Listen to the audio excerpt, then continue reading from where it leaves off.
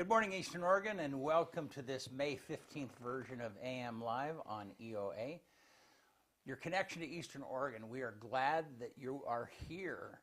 And if you want to know more about our content and where we are, if you go to EOA.network, that takes you to a link tree where you can find our Facebook and Roku and Instagram page and our podcast information. All of that stuff is on that location. Here in a little bit, we are going to have EOU President Kelly Ryan and the new Vice President of Student Affairs, Molly. She'll be here with us. And I know her last name, but I'm going to wait until she pronounces it till I make sure I get it right. So glad that you guys are here with us. Don't even take a chance, huh? I would have sent it. Yeah. Hey, how are you, man? I'm good. Good. I'm good. What is today? First Friday. It's First Friday. It's supposed to be nice too. We got a little bit of rain this week, so mushroom hunting is going to be good this weekend, I think, because it's going to heat up. Are you going to get out in the hills? I'm going to try. It's blue and gold for EOU this weekend, so that's going to have me really busy on Saturday. Yeah. I might be able to get my buddy to go out on Sunday, and we'll go look for somewhere else. I looked last weekend. Yeah. I was up to John Day, and came back Sumter, and I went from like 5,500 down to 3,500, stopped a few times in between, and nothing. Yeah. Nothing. But there should be. I'm thinking that this weekend we might have some morel pizza. Yeah. I hope. I really hope so. But we've been drinking. I got some mushroom tea. Yeah. Like, it's not tea, hot cocoa, but it's not like psychedelic mushrooms, obviously. Right. But, and I've had it the last 2 days. It's not bad. I mean, I'm not going to give the guy a free plug, but it's actually not bad. Well, yeah. And I had it as a cup of cocoa last night. Yeah. It's the very first time. Yeah. I mean, I'm skeptical. Like, if mushrooms are so good for you, why is it just now in the last few years everybody's talking about? You know what I mean? Yeah. Like, why haven't you heard of that before? But yeah. Well, and this is a product they sell at Nature's Pantry, so it's kind of fits in that vein. Yeah, maybe it'll. I mean, I feel like I have a little more energy today. Yeah. We'll see. I don't know. You look good. Take it a few days in a row, and we'll see. And we'll see. Yeah, I'm hoping it'll change your attitude. Not gonna happen. I'm always gonna make fun of you. It doesn't matter. It'll probably add to it. It probably will. Yeah. All right. Well, hey, you want to do sports? Let's do it. All right. AM Sports Report brought to you by Hobby Habit. The Mini XRT is a true rocket with full 1/10 scale Villinian 3S brushless power in a compact take anywhere size. The Mini XRT lives up to its name with unprecedented 55+ mile/hour speed and ferocious acceleration. Backed by race-inspired engineering and unrivaled toughness, the Mini XRT shatters all expectations with big-scale performance and toughness, and it fits in your backpack.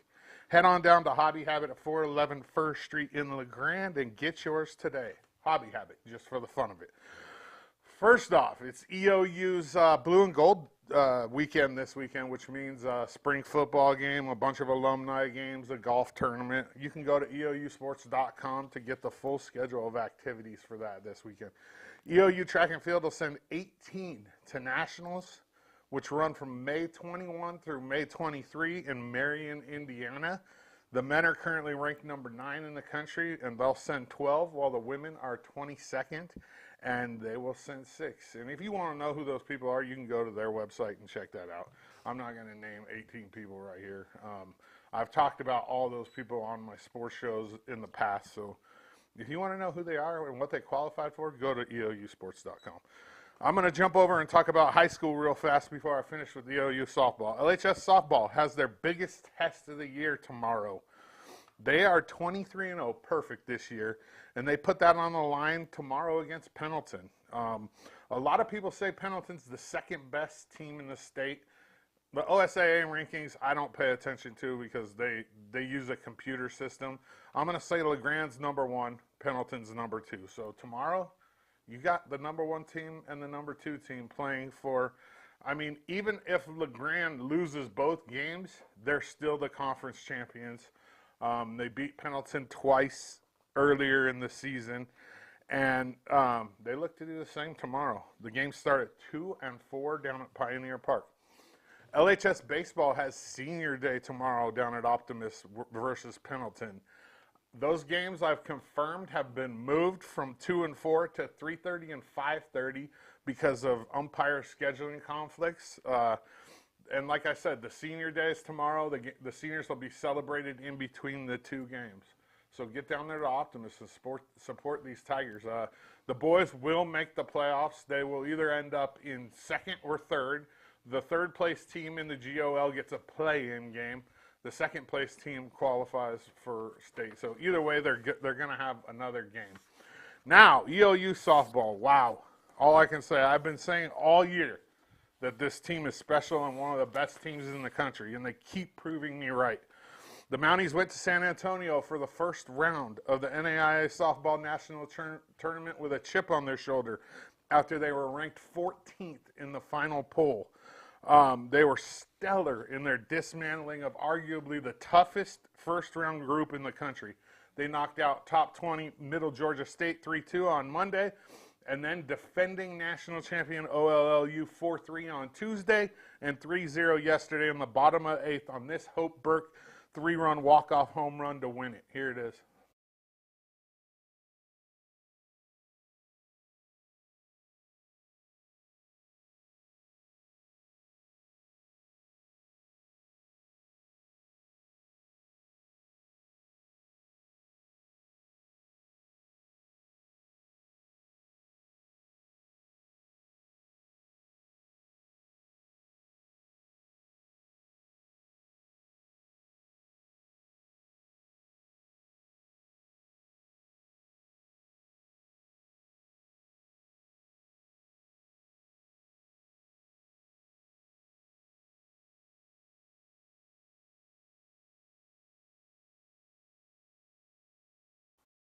Right there was sent in by EOU softball parent Justin Tyree, the dad of seniors Haley and Hannah Tyree. And the cool thing about my job is, I've developed relationships with all these parents.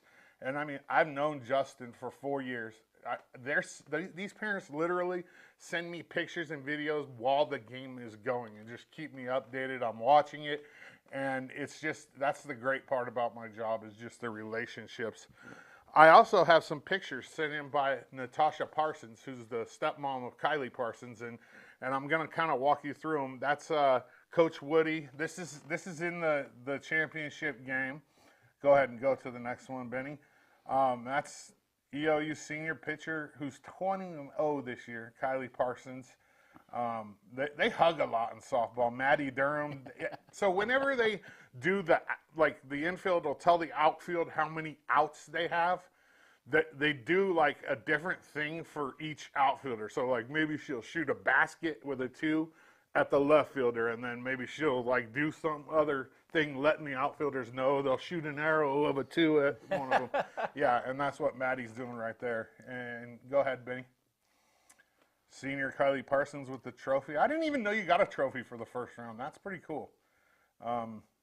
This is all of the seniors right here who will all be gone next year. This is it for them. And I like that they got all the seniors together and took a picture like that. That's the bracket. Arguably, I wouldn't even say arguably, the toughest bracket in the country right there. And EOU just absolutely dismantled it.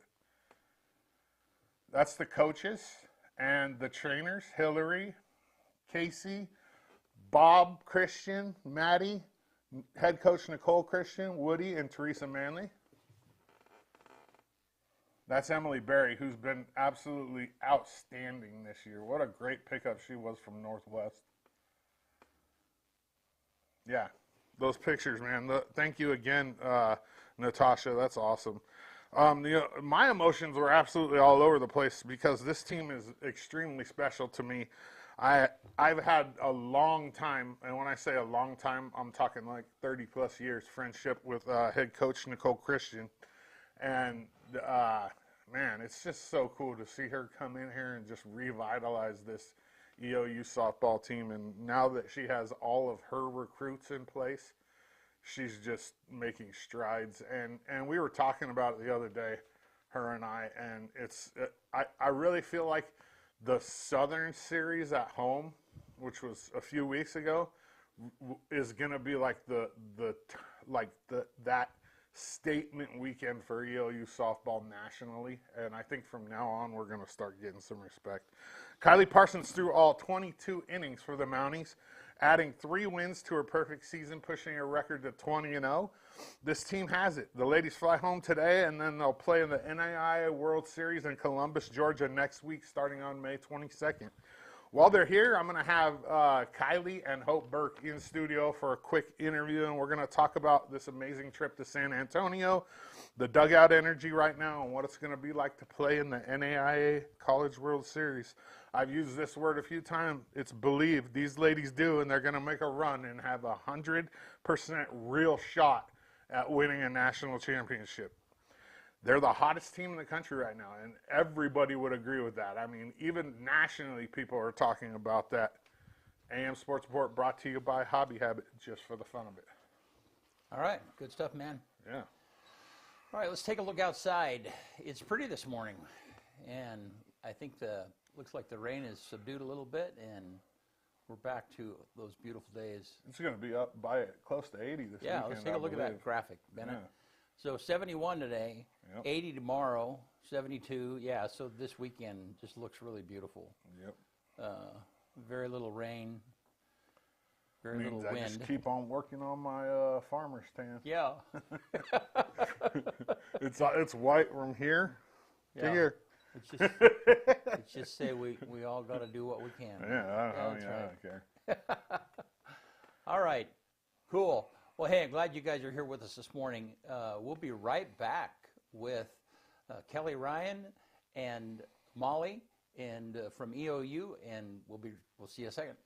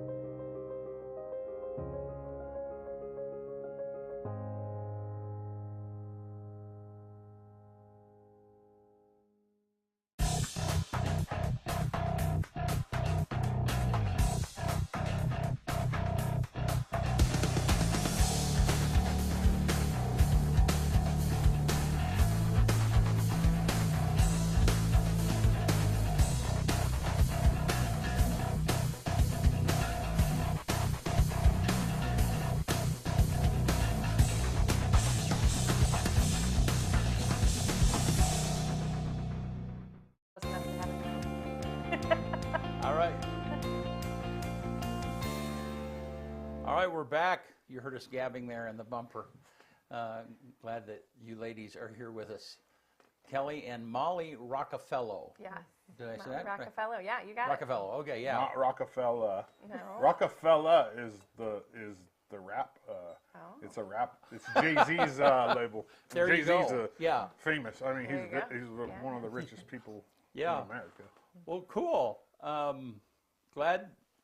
Glad that you're here, and thank you for bringing it. I ran into you at an event just last week, and you talked about bringing Molly, and it's like, and I think I met you at that event too, Molly. Yeah. It was meant to be. So we were at an event together, and Molly welcomed us.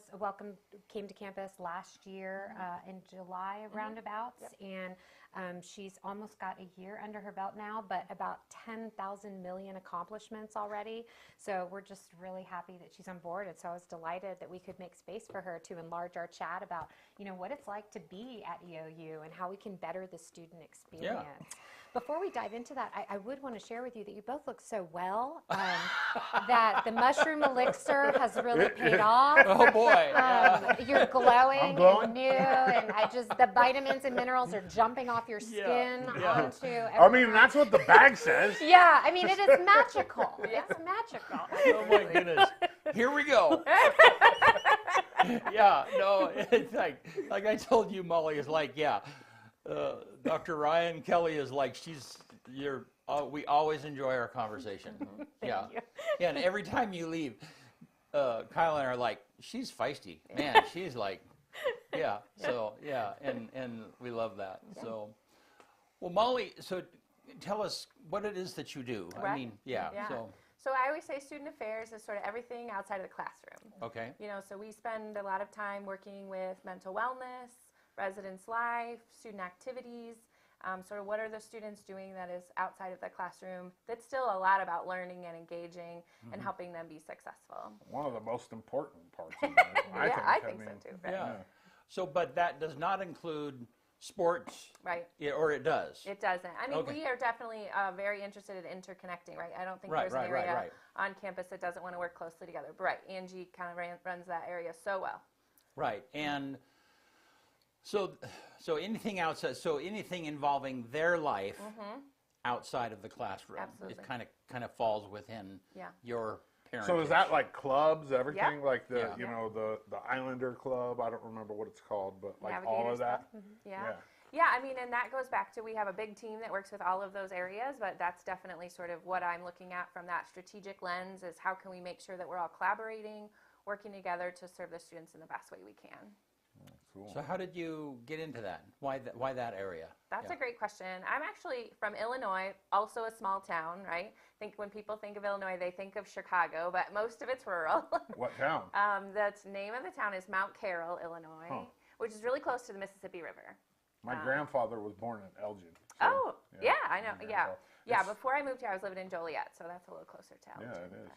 But yeah, so I grew up in a small town, was super excited to go to college. My dad raised me, he's a truck driver, and he was so excited that I was going to go to college, but like had no real advice, right? Because he hadn't done it, he wasn't sure all the ins and outs. So when I got to college and there were these people whose whole job was sort of helping me navigate this really big system, I was like, how cool is that? So I just took one step and became a resident assistant. So you live in the residence halls and kind of help the students. And then I became sort of a senior assistant and then went on to graduate school and college student personnel. And so I've just sort of always loved helping people navigate kind of this big life-changing experience in the college world. So I worked at 3 small publics, and then I spent the last 12 years at a small private institution in Joliet, Illinois. But then it was like, you know, kind of ready to see something new. And I had actually heard of Kelly and was like, what's she doing over there in Oregon? And had also, my sister-in-law lives in Haines, so connected to Baker. Yeah. So we had been to LeGrand, had seen the town. I loved the downtown. And I thought, well, maybe I'll try applying for that job. And we moved here. Wow. Yeah. And about a year now? Is that Yeah, what you said? July. Yeah. Yeah. Well, cool. Well, what is your assessment after a year? I mean, you've gotten through kind of the joys and you've understood a little more of the challenges. Right, and right. Yeah. Yeah, I mean, I love EOU. I've said this in a couple different spaces. I think EOU is really special. A lot of my experience has been in smaller schools, and they all have usually really good relationship type stuff. But I think what makes EOU special is just sort of the connection and independent culture, but sort of that community. So obviously, like a mountain town, right? I've experienced the weather and like the challenges that can be associated with somewhat of that isolation, but people are so connected and friendly. They're so willing to help us, whether it's been my family, but on campus, right? Like the goal is 110% helping students navigate and learn and grow and get ready to graduate. So that for me has been something I've just seen kind of over and above, just the willingness to help out students and help each other and engage. There was a food drive on campus where, I mean, we have this email listserv that everybody's on, and the level of challenge and who's going to raise the most food and who's going to donate the most money, and it's just a lot of love for the people and the students. We've had her on the show, Kate. Yet. Oh, she's awesome. Yeah. Yeah. She's amazing. Yeah. Well, cool. Do you have any moments that you can think of that, and maybe we can go back a little bit in your career. I mean, Right. you've been doing this type of thing where it was like you had an interaction with a student and maybe you helped them change direction in a manner or encourage them along, and it just affirmed to you that, yeah, this is exactly what I'm supposed to be doing. Oh, yeah. I mean, that's the great part about the work that I do, because I often work with at-risk students or students who are just maybe sort of sitting in a place where they're like kind of make at a crossroads, and I want to intervene, sort of help, see what they need. I also do conduct. So if a student violates a policy, especially at my last institution, but that's sort of the role that I have. So seeing The those vice students, principal role. yeah, I know. Yeah. When people hear that, they're like, oh, and I'm like, I'm You're the not one that I'm kind of. dodging in the Right. halls. His eyebrows literally Right. went up when you said conduct. Kyle was like, "Oh my God, they're coming for me." I've hidden all this time. Yeah, but right, it can be that sense of like, oh my gosh, this is like, who's this lady, and why does she want to talk to me, and this is horrible, and I really screwed up or whatever. And I'm very much like I think about what can we learn from this, like, right? My goal is not to get you. I'm not out to like try to cause problems for you, but like every one of our mistakes as humans, right, we can learn from. And so that is like, how can I kind of disarm you a bit so you're not feeling so difficult? Yeah. And the person that you're, encountering or that you're accountable to, Right. extends grace to you. It's Right. like, that can be life-changing. Yeah. Yeah. Yeah, that's been my experience. Yeah. Yeah. Awesome. All right. Well, Kelly, let's shift to a little bigger picture. Right. Yeah. How are things going? You're Good. kind of the end of the year. Yeah. I mean, tell me the Yeah. thing that rolled through your head this time of the year. Yeah. Well, this time of year is tough, right? So May is a tough month. Originally when the Romans, created the Roman calendar, May was called Maius, and it was considered a time of infelicitude. And in many ways, May is tough. What's infelicitude means? It's not a good thing. Not a good thing, Yes. guys. I'm still learning these words. Yes, it's not a good thing. I was gonna. Molly does call me out so on Kyle vocabulary. and I should have made a wager on how quickly we would get to a History. historical. Yeah, no doubt. Hey, we didn't just get a history lesson, though. Now we're getting I a know. language lesson Yeah, as well. absolutely. All right. So I'm sorry. Go ahead. Love it. So it's just a tough time, right? So if you think about it, our students started their journeys back in September. So did our faculty and staff, like the ramping up of the university. And now they're still going, and they're still going. And, graduation isn't for another month. And so, I think there's a kind of a sense of tiredness, but there's also, kind of like you were mentioning, there's these exciting things happening on campus at the same time. And so I think we're all just really trying to stay motivated. This week in particular is a big week for EOU. You've already mentioned Blue and Gold Weekend. Last night we had Fiddler on the Roof, and I'm ready to sing if anyone wants to. Tradition. They did a tremendous job. Just really great work. We have our foundation and alumni boards coming together this weekend to be in alignment with Blue and Gold Weekend. We have our staircase grand opening, which has been a 20-year project. Yeah, Trying. And that ribbon cutting is at 5 o'clock tomorrow afternoon. Yeah. Yeah. And with a celebration at 5:30. I'm sorry. go ahead. Thank you. No, I appreciate you sharing that because there's so many events. I'm like, I don't even know where I'm going to be. That's why I don't even try it. I know, just show up. They'll take Yep. me there. I got the coolest story yesterday. So we do something on campus called Coffee with Kelly, and that's just where you have coffee with me. I've seen the advertisement for it. Yeah, and so we had that in the library yesterday, and one of the librarians had heard from two community members. We have two sisters driving over from Tigard to the staircase ceremony who are there to celebrate it because their mom went to EOU. Well, it wasn't EOU then. It had a different name, but she Probably attended. EOSC or Yes, thank you for that. She attended between 1940 and 1943 until she was called away to serve, and she went to San Diego to become a radio man, we would say radio person today, and then came back later to finish her degree, met her husband, who also went to EOU or EOSC at the It time. might have been EOC then. 'Cause Yeah, it's you're changed right. names 3 times. I mean, it was Eastern Oregon Normal School, Eastern Oregon College, Eastern Oregon State College, EOU. And now Yeah. you're giving the history lesson. I know. See? Well I done. mean, I just know it because I follow sports. So these two had children. The two children also went to EOU. These two daughters were aware and played around the staircase when they were growing up. This is obviously before it was shut down because it had become dangerous in the community.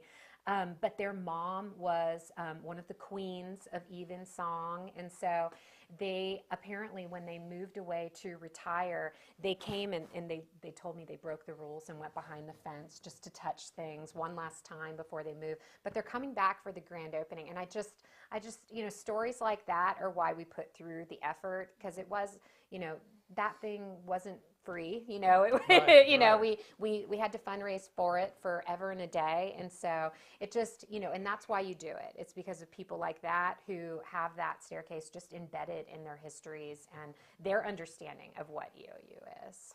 Yeah, that's awesome. It is powerful. We played a lot of kick the can as kids on those stairs. I mean, I lived a block from I lived right at the bottom of the 8th Street Hill when I first moved to Oregon. It's one of the more challenging construction projects that I've ever been attached to. And one of the things that I really like about where we are now with the project is, if I drive somewhere on the weekend, I almost always will make a point to just zoom by the staircase and be like, what's happening at the staircase? And that's what I love, is I see kids playing on it, and I see people making new memories now. Using And it. yeah, and it's returning to, I think, its original purpose, which was this connection, between the university and the community. Yeah. How are this year, shifting just a little bit, how has your traditional student been on campus? I mean, how's the health of them like? I know that every university is shifting. Yeah. They're having to, Yeah. they're having more and more non-traditional students that are not on campus. How are your on-campus students doing? Yeah, so it's a really interesting situation for us. While a lot of people are growing their online component, for us this year our actually in-person student population on campus has grown this year. So that's been our enrollment growth this year. And it's really interesting because this group of students were less sort of harmed by the pandemic than the last couple of classes that we had come through the university. And you really see it every day in ways that are, it's kind of sad, but it's also joyous, right? I'm happy that this generation is having kind of a more traditional experience at the university. I mean, they came with energy. They came with the social skills that are really critical to, to your development in high school. They wanted to be engaged. And so we're just seeing a lot more campus life. You may recall when I first started visiting y'all, I was really interested in just bringing activity back to the campus. And what was happening is I was out there, but I was chasing people to do something. Yes, literally. Yes, we have pictures of it literally.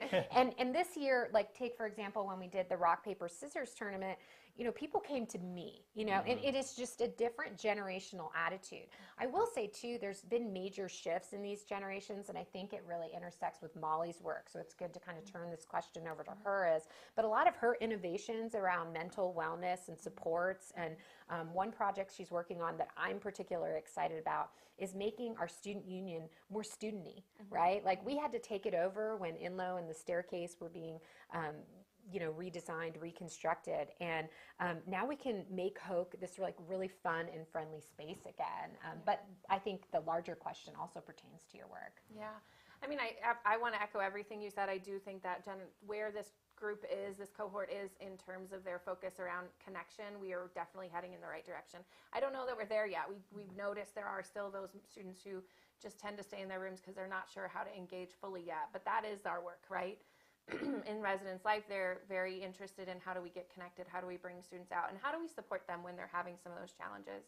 A key population around mental wellness, and it makes me think of your work, is that student athletes, right? We really want to make sure, they have high stress, high performing expectations in class, on the field. So that is a huge connection that the coaches have with our counseling services on campus. So there's a really great relationship there to make sure those students are seeking support when needed and they're offered the support that they need. But additionally, just in terms of engagement on campus, your Hobby Habit advertisement, I was thinking, because we just had an RC tournament on campus where we had RC cars and a course set up and students were able to come out and engage that way. Next week, in 2 weeks is our spring fling, so students will have obstacle courses, inflatables, a barbecue happening on the quad. So yeah, I mean, those activities could never have happened during COVID. And now that we're able to be sort of a little bit more removed from that, students are just so excited to come out and engage. And faculty and staff too, employees, I think, are just as excited to see the quad popular and activated and people kind of being out there having fun. Yeah. Well, and I think those things have been a challenge forever. Right. You know, I mean, when I was in college and was involved in student government, we were trying to figure out ways of getting kids out and getting them connected. And there's a certain number of them that's like, no, I'm good. You know, I mean, they're totally fine to be isolated, and this is a legitimate excuse. I'm away from home. I've got control of my life. I'm just going to stay right here in my room. Yeah. Right. So I mean, but yeah, I can see where COVID just compounded that. Right. You know, 100%. immensely. Yeah. Like, right. with the general population, though, like, because I don't engage with the general population that much. I engage with the athletic, you know, the student athletes a lot. Is the general population generally they're a little bit less engaging than athletes, right? Like, because athletes kind of have to be out in the open. I would say we have some really cool clubs that relate so closely to maybe those other hobbies, right? Like we have the One Up Game Club, we have a I know crochet those club, guys. and all the cultural clubs. So I do think that there is a good group of students who are very interested, non-athletic, but very interested in just being connected. But yeah, you definitely have that population of students that are like, I'm in my room doing my thing. Nobody's telling me what to do. I'm going to do what I want. No, you know, so those are the students that we're all like, oh, but there's free food. Come on. Yeah, hey, food works. Right, it does. And EOU does that a Right. lot. I always see like, oh, we're having Mexican food day, and they're Right, giving right. all this food away. Right, yeah. But I mean, that's how with my kids. Like, if you want them to engage in something, tell them you're going to feed them. Right. Yeah, and it's hard to be somewhere new and meeting new people all the time, and finding your comfort zone is like one of our first things we do, building that sense of belonging, right? Like you want to find where you belong at EOU when you move there and you're a new student. So that's a key part of our success in all of this. We have a whole team that's really kind of connected to that sense of belonging. And Yeah, and to, I think, add a little bit more kind of texture to the EOU, student life. I would say like our arts and music students sort of form this other kind of clique, if you will, on campus where, they're sort of deeply engaged in performance. And, I saw them cheering people on if they weren't on the stage. And some of our productions are very large, and being prepared for those takes a large amount of time. And then we have some clubs that really become key components of, I think, again, that kind of fabric of EOU. The Islander students, they have their Island Magic coming up, not this Friday, but next Friday. I mean, that entirely packs the theater. They have the food, as you mentioned, too, but it's just like a regular component of EOU's interactions that Islander students you're going to learn something from them about a whole other way of growing up and being, right? And similarly, we have the powwow this Friday and Saturday. It'll be our 50th powwow on campus, and Spelia has been a really energized club. Pepper Huxell, who works with them, does a great job. They hosted an art exhibit the year before, just kind of deeply engaged, and again, just a lot of opportunity. You don't have to be from the islands, or you don't have to be Indigenous to participate. They're just really engaging events where you can learn, and the students are humble. I went to Latino Impact Club a few weeks ago and was the worst performing player in a game of Translate This. But it was just, a neat time to spend with students, see how they're doing, and how they're relating to each other. Going back to the athletes and performer, I love it when there's somebody like a Mackenzie Jonas who brings athletes and that group together. You know what I mean? Because if they're supporting each other, then it's really hard to miss somebody. In my eyes.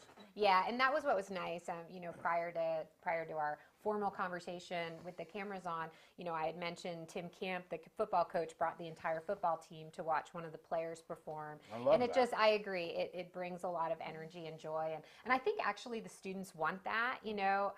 As much as there's comfort in kind of knowing your place and knowing your people, newness is also fun, right? It's also neat to meet other people and learn other things, and those intersections, as you mentioned, that's where that kind of true kind of greatness comes, where you can kind of challenge yourself to step outside your box. And you see students doing it, I think, most often like early on and at the end of their career, right? Early on, they're going to go to a volleyball game because, gosh darn it, everyone else is there, right?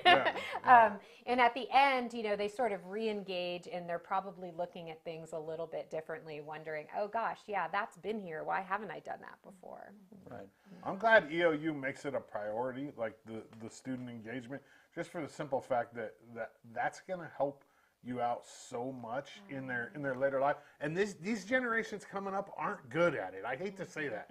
They just aren't. The between the internet and COVID and just everything, they just haven't been great at engaging, and it needs to be a priority in my eyes.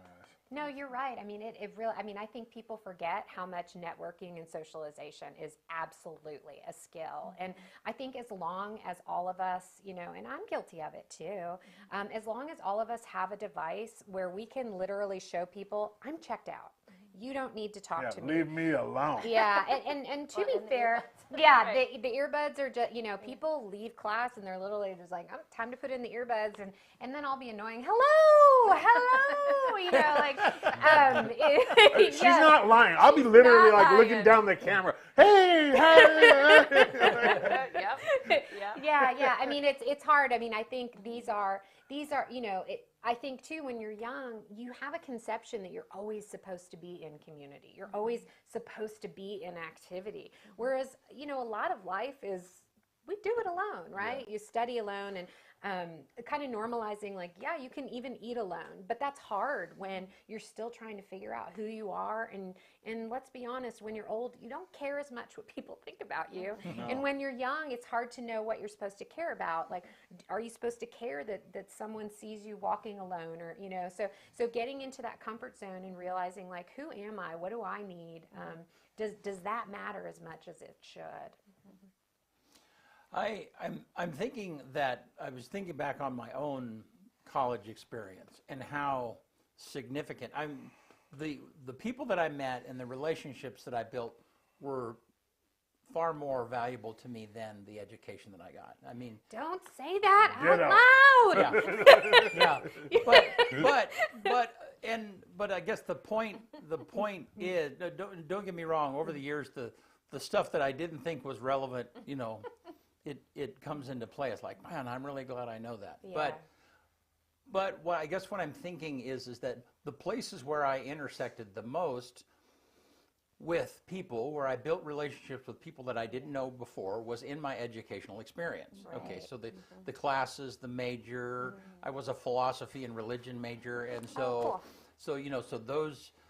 I built relationships around those people, and I was heavily involved in music, and so, but here's the point though, is in the brainier things like history, physics, science, I don't know, do they have the same opportunity to build those kind of social relationships that some of those, you get the question here? I do, I fully understand what you're saying, because I will say, as a history student, your philosophy and your religion courses, right? So what happens is you're right. Like, a lot of the discipline of learning happens alongside peers who are taking the same classes with you, and in a sense, those do become part of your social cohort, right? But you also have these other intersections, because occasionally you do have to take science or math if you're like me, or physics in your case, and so you meet other people. And of course, when you have a situation like, take for example the sciences, there's so much applied learning. Like, you're literally doing experiments in the classroom alongside a peer, and I remember doing it in my astronomy class. That's how I met the fellow next to me, because I needed help. Let's be honest, right? Like, it was a difficult class, and so you really do meet people, I think, that way. And you're right. I mean, there are aspects of like philosophy and history where there's a lot of solo learning, right? Like, it's a very reading intensive discipline. It's writing intensive. These are not things you do with a group of people, right? It's more reflective, and it's probably clear to you that I'm no introvert, right? Even though this was the the field of choice. And so, I was one of those students who didn't do, productions and things like that, but just kind of played cards with people, at night, or it probably won't surprise you to a lot of debates, with people like in my interaction. Really? Yeah, right. Weird. A lot of stuff. Yeah, I know, right? A lot of stuff like that. And so I agree with you. Like the discipline does affect the experience. Yeah. I think you're onto something. I do think. I would say too, though, the most memorable things are always going to be your relationships, right? And underneath all that is all your knowledge, right? And so I agree with you, like those memories and the peopling and the, unique experience you have are always going to be top of the line, but this stuff beneath is what you're using every day, hardly even realizing it. Yeah. But the relationships that you build and those relationships that I built, and I'm still in contact with those people, and they enhanced the educational relationship because I'm like, holy smokes, he gets this way easier than, philosophy was like, it just boggled my mind. It just hurt. I would leave class and I would hurt, and I've shared this story before, but I went to a class. This was Northwest Nazarene Christian school, and I went to a philosophy class, and I walked out of there totally believing that philosophy professor did not have any relation, did not believe in God at all. I mean, he was just, and then I saw him speak in another event, and it was very spiritual, and I was just, my mind was totally blown that he had the ability to step outside of himself. But, and the point of all of that was, but along the way I met students who they had the way they thought challenged my thinking. Absolutely. Yeah. And helped me explore, and I'm sure that happens in history, that happens in all of these different things. Yeah. Yeah, and I'll just highlight some of our student major related clubs is a big one for me where I see Right, that yeah. happening. Yeah. So we have one of the first club meetings I went to, our pre-health professionals club. It was packed. I mean, the classroom, it was a big classroom and it was packed full of students who were just super excited about the opportunities the club was going to provide them, but then the peer connection. Right. And so, yeah, and the advisors, the faculty, and we have an academic advisor that was advising the club, and they were heavily involved, and I think sometimes that makes such a difference for those student clubs that they have someone there just pouring into them, right? Like helping them engage and think about their future and their career and what that's all going to mean in that social way. And so that's been a big one for me that I've seen on campus, those clubs and those connections our students have. I see that heavily happening. Well, and I'm just having a little bit of an experience here because it's like anytime I thought that there was a physics club, there was a physics club meeting at 4:30. I'm thinking, oh my gosh, that would be like watching water boil I or have something. to tell you this, But our chemistry club, I'm getting they this, just yeah. froze Yeah. ice cream on the quad. With, they were like, we're just standing there. I'm like, what are they doing over there? There's all these people, and Right. they're taking, I think, liquid nitrogen. I'm not Yeah, scientific yeah. at all. Yeah. Right, but they're pouring it into the ingredients to make ice cream and passing it out to everybody, and Yeah. it was this huge popular event. So yeah, absolutely. Yeah. And they're our most award-winning club, Yeah. actually. Our chemistry club wins awards every year, national awards for their engagement and learning. But that has, whoever that professor is, though, in that, they're stellar. I Yeah. mean, they're, Agree. I mean, that, you look at something like that wins awards year after year. I mean, the theater program and so on and Right. so forth. I mean, there's somebody, some professor who is inspirational and is a great leader, and so. Well, and that goes back to what makes EOU special. I mean, Right. like, again, I started and it was like immediately people were just like, yeah, can we welcome you? What do you need? Do you what do you need professionally? But then what do you need personally? Like, how do we get you connected in LeGrand? Did you find a house? Yeah. Yeah, all of that stuff. Yeah. Well, good. Yeah. So, graduation. Yes. Yeah, how's that looking? It's looking really good. We are so excited. Graduation is obviously the highlight for Yeah. us, right? That's the highlight. That's all our work come alive, right? Watching, hundreds of students walk across the stage. And this year we have a larger graduating class than we've had in a while, so we're excited about that. Upcoming this year is really special to us. We started a clinical mental health counseling program 2 years ago, and this is now the first class of graduates. Oh, wow. I know, right? This means that we now will have more mental health professionals in rural Oregon. And this has been such a critical work shortage, deep need in our communities, serving any host of issues that individuals have. I think we're really, really super proud of that. Another thing I would point out, a couple of the events I attend, we also have our Rural Teachers Organization, a new group of teachers that are specifically trained to serve in rural communities where there's fewer resources and about 80 million more duties to do, right? So they become these kind of jacks of all trade, and they work together to try and create solutions to real world, real resource constrained issues. And so we're really excited about what this means for rural Oregon, where, our focus is always how do we serve rural Oregon. And so I think those two key projects are really exciting. But of course, for all of our graduates, it's really great. I write emails to students, and recently got an email from a student who has been working on her degree for 20 years. And she's graduating this year. She's been an online student. Wow. She's been raising kids. She's been working. And I'm just excited to meet her, Right. as she walks across the stage, and hopefully, I'll recognize the name and just be able to shake hands with her. I mean, it's just an incredible, it's just an incredible dedication and persistence, what each of these students have sacrificed. And of course, it's the greatest investment they can make. They've invested in themselves. And so we're just really excited and joyous as we get closer and closer to those moments. And what that means is, starting from this weekend, as you've heard, we are just event crazy. We are event crazy kind of every moment, trying to highlight and celebrate our students as they take those momentous steps across the stage, and their family and friends cheer them on. And hopefully this year we won't have both hail, snow, rain, and wind. I would like to have a graduation where my hat stays on. It could. Well, and in here in just a minute, I'll read off the events that are happening this weekend. So,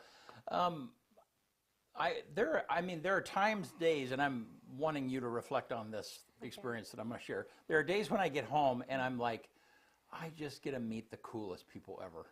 I just enter, in my job, there's just, I just get to intersect with a lot of amazing people.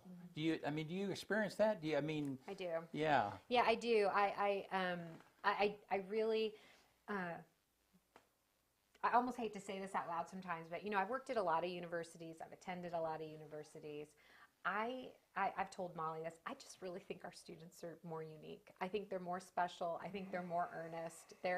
There's something about our students when I interact with them and I learn about them that, it's just the gas in my tank, So when I get to hear their stories, whether it's because they've reached out to me email or because we're just hanging out, or I'm getting to watch, superstar softball players, amazing Ben Welch, our faculty and staff are also, I just wrote the math faculty yesterday, because they're amazing. They're doing incredible work helping our gateway courses. It's that kind of stuff that really lights my fire. Because of my role, I do also obviously get to interact with people in like higher echelons of power. And I'll tell you, more often than not, I find them singularly less impressive than 100%. It is. It's just it's a truth, and I do think part of that stems from the way I grew up, just moving so many places. But I really I'm still very jazzed by our experience and the people who are working hard to bring good experiences to life. Yeah. As we mentioned, again before, Ben Welch just won, Coach of the Year again. Again. These are the kinds of stories that are hidden in a small mountain town that most people have never heard of, and Google doesn't know how to pronounce, right? Yeah. Like there are so many just real excellent kernels of truth and excellence here that continue to excite me. Yeah. Well, and that's what happened when I intersect with people. They're like hidden gems. They've not gotten the attention that they needed or that was appropriate for them. They've just done their job, and they've done it really well, and they've continued to do so. And I just feel privileged to have ran into them for a few minutes or to know them. Yeah. Absolutely. And I Yeah. think those moments are so important because, as I mentioned, May being what it is, this is the time of year where your body hurts, right? Where you're just like, oh God, here we go again. Yeah. And I think that, those little stories or, getting that email and running into the librarian and hearing about these two sisters who's been dramatically impacted by the staircase and getting to learn that and then sending that email onto, my team members who have really struggled to bring that project to fruition and have done so under a lot of criticism. It makes you feel like, you know what? We're taking the right steps and we're doing the right things, and it doesn't, we're not always getting pats on the back for it, but at the end of the day, who we're working for, our students, our community, it is meaningful and it is important. Yeah, so I have a metaphor that describes my university experience, and I'm old now, and so now I have friends that are presidents and vice presidents in universities, and I've watched them trying and describe this, but I always think of it as a train that's going, and that train is time, and the train is just running down the track. And when you're at a university, you all happen to be in the same train at the same time for a period of that time, And so it's super unique because these are people that you never would have intersected with ever, except that you happen to be in the same place at the same time for a length of time, And I mean, athletic team or there's a number of different things that fit into that, but it is super life-changing. Yeah, because it's not only the experience that you're going through, but is that you're going through it together. Yeah. And so, so feel free to use that whenever you want Okay, to. I absolutely will. I will admit, I went to a book talk a month ago for a person who writes books, and the first thing that popped into my mind is this Paris train crash. I was like, oh no, not the train. We don't want that. I was on a train that derailed one time. Oh, That's my scary. goodness. Yeah, in that's California. super I was 9 years old. Yeah. I was going from San Diego to Lompoc, and I was on it by myself. I was 9. you guys are not And helping my I metaphor. went it derailed. My grandpa had to drive 2 hours down to pick me up because I was going from my mom to my grandpa. It didn't tip over; it just derailed. just went Yeah, That is it's super still scary. kind of creepy, Yeah. freaky when you're 9 years old. Yeah. Well, okay, so Kelly, you grew up a military brat. Your dad was an admiral, right? Yes, At the end of his career, right? So what was it like? Somebody gave me a little message here that chickens showed up at your house. Did that happen here? No, that's my bird. Oh, that's yours. Yeah. Okay, thank So, you. Yeah. No, that's okay. So we just moved in July, and we were looking for houses, and I kept telling my husband, I said, it's either this we offer on this house because it was outside of our normal, or we're going to live in a camper with 4 kids. So these are your choices, right? Like you can pick this house and just buy it because he's not, or we can live in this camper. And so we bought a house. We just, we showed up. We bought it through Zoom. Never stepped foot in it, right? Oh, wow. We're in Okay. Illinois. All right. So we come and we meet the owners to do the exchange of keys and all that sort of stuff. And they're showing us, the irrigation system, which we've never experienced before. We had a lot more rain in Illinois. And they were like, and the chickens. And we were like, Chickens. I'm sorry, the chickens? Like what? We knew a coop was coming with the house, but surely not live chickens in the coop. What are they supposed to do? Put them in a cat I hauler and thought take them they'd with take them? them with them. Yes. No, they were like, yeah, there's 8 chickens. And we were like, hey. And so you have chickens now? Yeah. Do they all lay? Yes. Eggs are so expensive. I know, who you could've might get your thought? money back just Yeah. from the chicken eggs. Absolutely. And we've gotten into it now. We're like little baby farmers. So we have Yeah. now 20 chicks. Oh, and my we're going to goodness. add to the Oh, brood okay. soon. So, Do you have yeah. a rooster? No, we are not. You're not going to no try to roosters. hatch your It's own. That's too. It's a too lot much of work. noise, Yeah. I'm glad you have chickens. Yeah. I was like, oh my God, am I so old? I'm now forgetting that I was given chickens. Story. Oh, Like, I have a chicken she's like, story for you. chickens I like was like, me. no, that's me. Well, and I'm sorry, so this cue sheet, I have missed some of these things that I have directed to you. Actually, I should have directed to you. It's So, fine. It's yeah, fine. so thank you for shifting. Yeah, so thank you for making that work.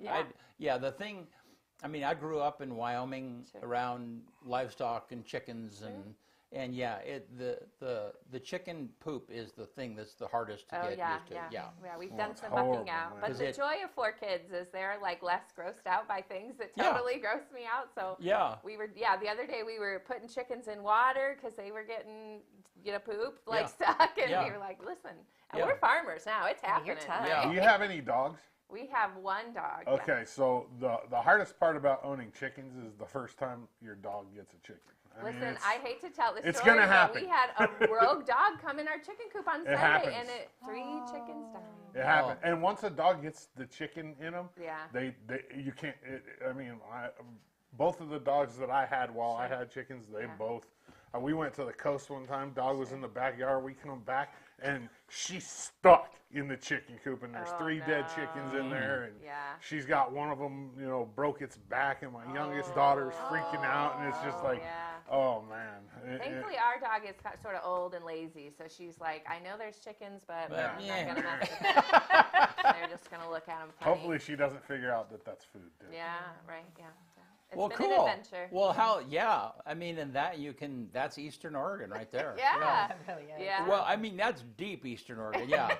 Well, I just love that there's more trees than people. That's Yeah. my because where we were in near Chicago, it was like everywhere you went, there was so many. And here we're like, listen, let's just go up to the lake or Yeah. hang out. Yeah, we've just loved the community and the environment. Well, and thank you for mentioning that because anybody who's been here for a while, they take that for granted.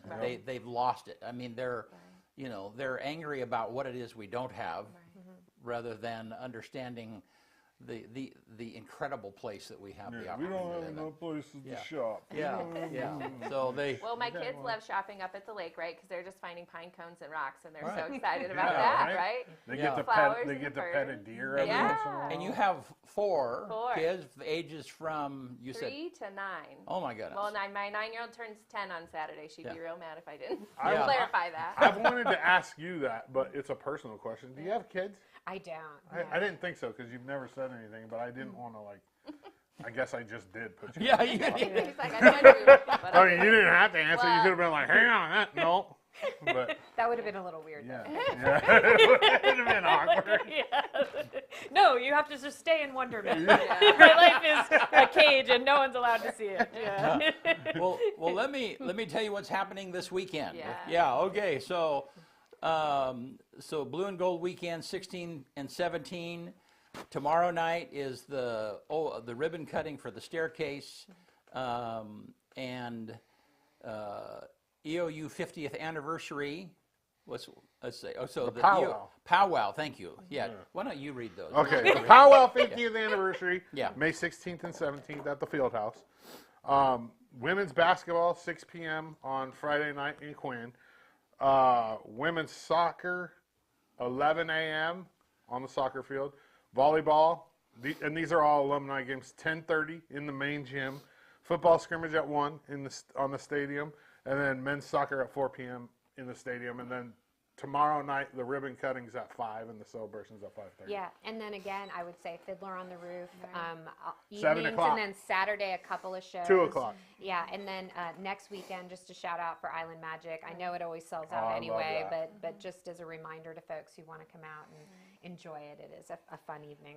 It's just a great event. Well, and I find we kind of talked about this, but I find that I mean, if there was some kind of event that, let's say like the Island Magic, or they have a club. What's their club called? Navigators, right? Navigators. Yeah. Okay. And so, and for me, the natural reaction would be like, well, I'm not an Islander. That's not a thing, that I'm going to go to. But what I find is that whenever I go to an experience, that they really just want the opportunity to share their experience with people that are not like them.